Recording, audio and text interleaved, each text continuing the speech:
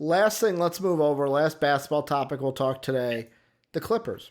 So we didn't talk yesterday. We're going to talk Serge Ibaka. He signs a 2-year deal, $19 million. We also got Marukes, 4 years, $64 million. Patrick Patterson also signs a 1-year deal with the Clippers. There's also rumors that either Lou Will or Pat Bev could be out of town. Our boy Retro in the Discord way early, about 6:30 Central Time. For those of you who don't know, Retro's in Australia, so the time for him is a little different. What does Serge Ibaka bring to this team, Dave? Like, is this the perfect matchup between, like, or the perfect match for Kawhi Leonard and this Paul George Clipper team? What does he bring? He brings amazing talent. I mean, we're talking about the guy who revived his career at age 47 over there with the Raptors. Like, I mean, he has had an interesting career. I mean, he came into the league highly effective. There's a fake birth certificate garbage. There's lots of fun controversy around who this man is and how old he is. But he's peaked a couple times. Had honestly good season, and I think his time with the Raptors really helped his game and redefine like his spacing setup, and that he is still one of the best bigs out there in the NBA. Blocking wise, he has great instincts, great hands, knows how to play guys tight. I think he gives them a dynamic defender who can help out against LeBron James, who can help out against a Anthony Davis. He's switchable on the 4, the 5, bigs exactly like LeBron and AD. They literally need to get a guy like him so they could play a team like the Lakers and survive, because without him, there's not a fucking chance. Like, he's going to help against Jokic. He's their big help. Like, I love this move. I know that they did not plan on losing Trez this year, but the addition of Serge Ibaka, not only is he helps space the floor, he helps defensively, he does everything they want him to do. He's just a straight upgrade from Montrez. I was trying to find a nice way to say it, but like, no, he just is. That's the thing that, like, you're talking about, like, when you mentioned Montrez, and I'm thinking with everything that was so bad with Montrez, like you even mentioned in a different show we did, where you're like, there were times they either had to hide him or were like, we just can't play you right now. We can't play you out there because you're being exploited. Ibaka's not going to be that. And also, I think, is this also a good move because it's somebody Kawhi trusts, and Kawhi has a former relationship with from their time, although it was very short, in Toronto. Towards, like, they've played together, they've won a championship together. Hell, they were even the what it do baby moment. Who was right next to Kawhi when he said that? Fucking Serge Ibaka. Like, these guys are buddies, I would say, off the court. Now, the interesting thing with Ibaka is on Instagram, everyone's like, oh, he's going to the Nets. He's going to the Nets. He said he's going to the Nets. And they signed with the Clippers. That, to me, was interesting. I'm like, oh, I'd rather go play with Kawhi and the Clippers than go play with Durant and Kyrie. And I'm glad you threw out Jokic, because when you were like, oh, get past the Lakers, although I think the Clippers would have beat the Nuggets if it wasn't a bubble situation, I was going to say they got to get past the Nuggets first, Dave. They proved they couldn't even do that. You never know, 1 through 8 or now 1 through 10. So what do you think? What do you think Ibaka adds to this team? Or do you think the re-sign of like Marukes is a bigger deal? I think adding in Ibaka is really good, because obviously one of the biggest problems, and obviously, the new coaching staff is going to affect this as well. Good point.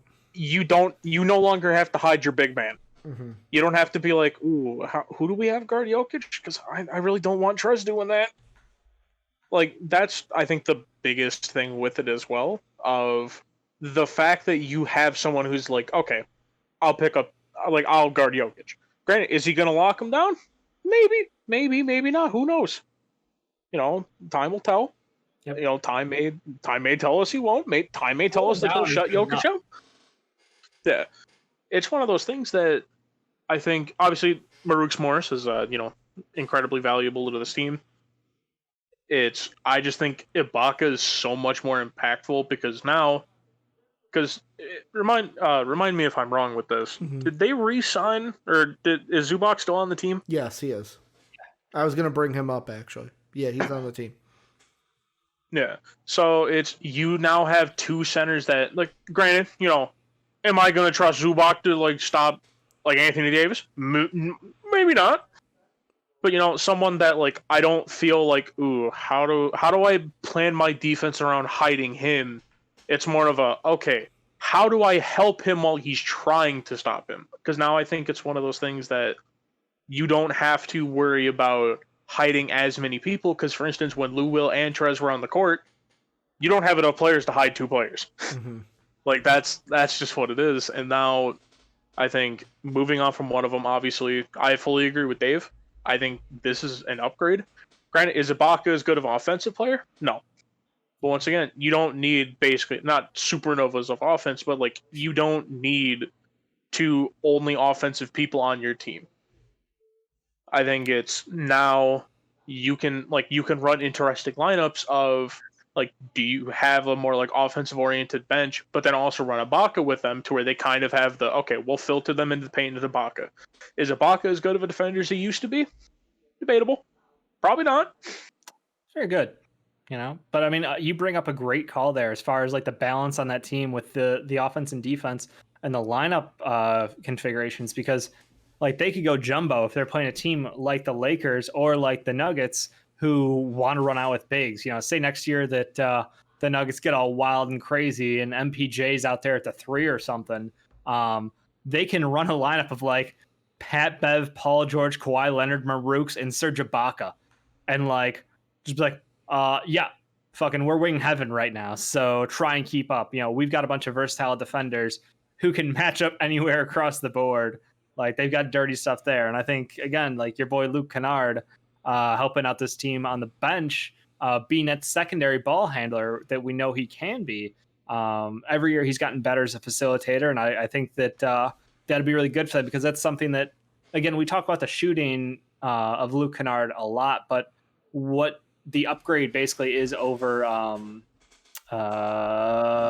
can't I think of Shamwet is the fact like they're shooting basically interchangeable at this point, but the facilitation from a Luke Kennard is a big upgrade for them. And that was one of the biggest problems last year, was their lack of a true point guard, lack of a ball mover out there. So while Luke isn't a point guard, he is an additional ball mover on that offense, and he can help get other guys involved. So like I really like the versatility of this lineup now. It's just, it comes down to like, I hate to say it, Paul George. Which Paul George are you going to be this year? The thing I was going to throw out besides that is this roster done? Like, are they a finished piece? Because, like I mentioned, Retro, our resident Clipper fan in the Discord, put out the article early on this morning of, are the Clippers working on a trade? And the rumors still are, like I said, Lou Will and Pat Bev.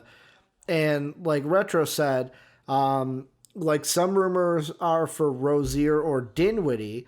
And I don't like the swap for Bev for any of those two. And later on he goes, like, I'd love to sign TJ McConnell or Glenn Robinson, but if we can trade for someone better.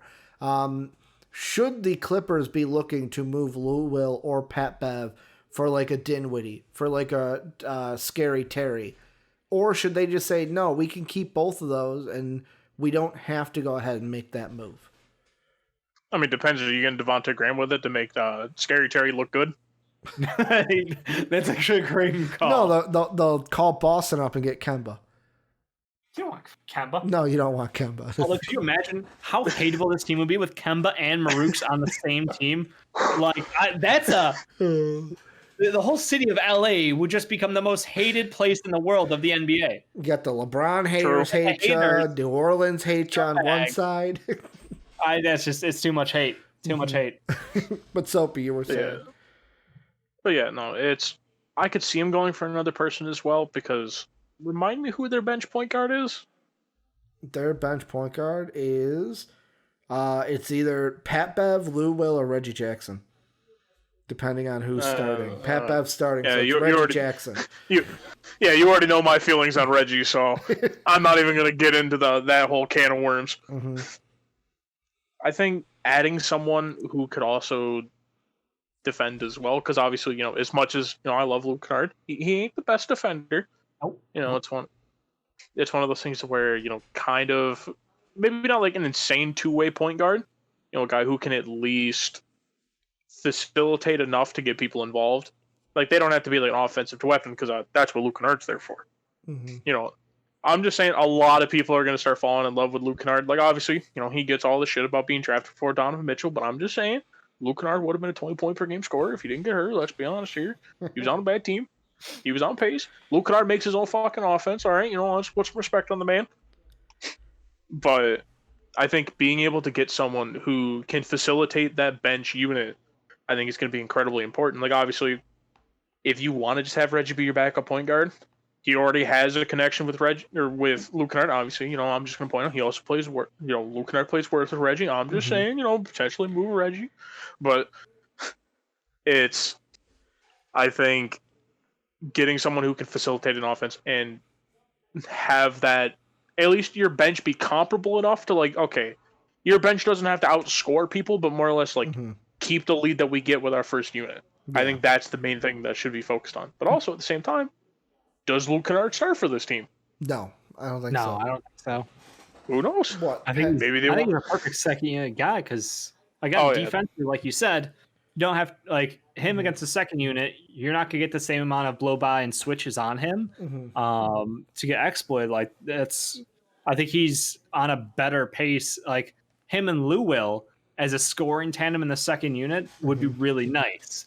And again, Lou will pass.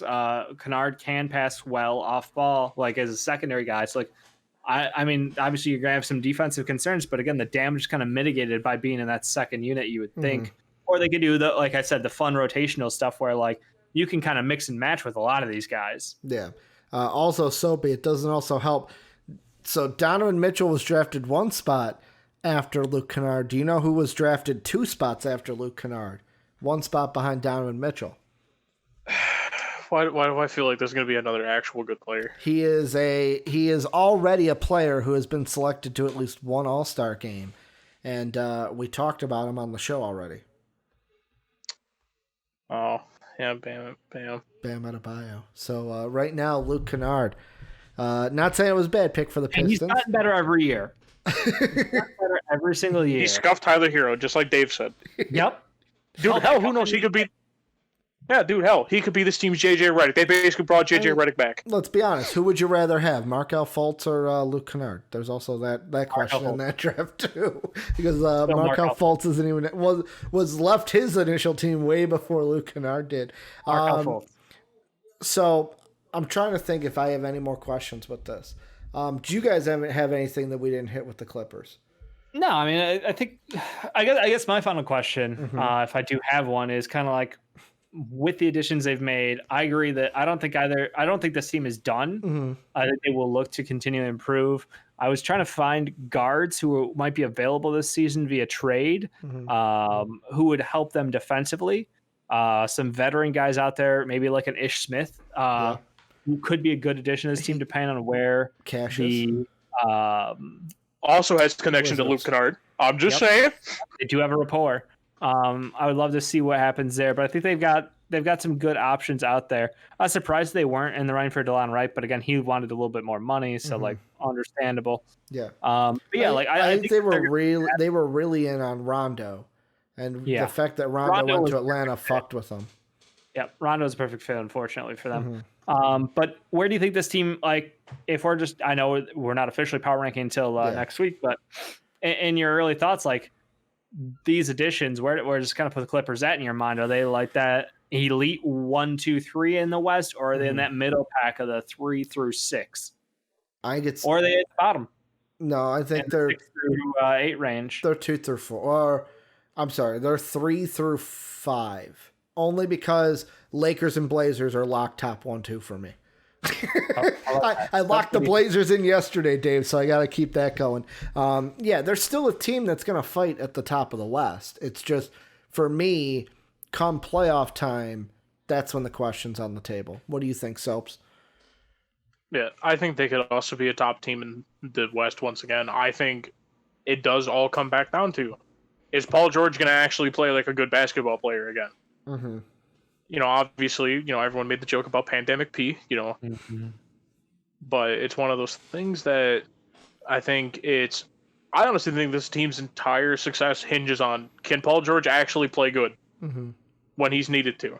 Because like he can be a fantastic regular season player all you want. Congratulations, if you suck in the playoffs, no one cares. Yep, that's your legacy. Maybe Ty Lue is the missing piece. Maybe he's the coach to bring it all together. No. Maybe it was I'm sorry, Glenn Rivers' fault. That this team No, he was Doc there. He's Glenn. That's right. Doc with the Clippers, Glenn with the 76ers. But yeah, it's going to be interesting to see because the Clippers were a team I was very high on last year. And when they lost to the Nuggets, I was shocked because I thought we had LA locked in for the Western Conference Finals.